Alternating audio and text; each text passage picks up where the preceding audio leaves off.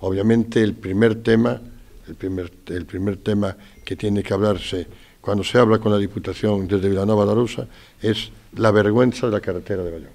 Ese foi o asunto central da primeira visita oficial do presidente da Deputación ao Concello de Vilanova. Luís López mantivo un encontro con Gonzalo Durán no que se comprometeu a desbloquear o proxecto desa estrada entre Baión e András. Vamos iniciar a redacción do proxecto de mellora de mobilidade peonil da estrada entre Baión e András. Estamos a falar dunha actuación que será de 3 kilómetros entre dous núcleos rurais, onde se habilitará nun lado da vía unha beira rúa. Este proxecto foi un dos grandes puntos de desencontro entre o Concello vilanovés e o anterior executivo da Deputación. O alcalde lembra que no 2015 o proxecto xa estaba listo, foi axudicado de feito na última semana do mandato do popular Rafael Louzán e anulado despois polo goberno bipartito de Carmela Silva a observar ilegalidades. Durán volve insistir que aqueles cartos foron para Vigo e non para Baión por mor do sectarismo ditatorial, dixo, do Partido Socialista. Es increíble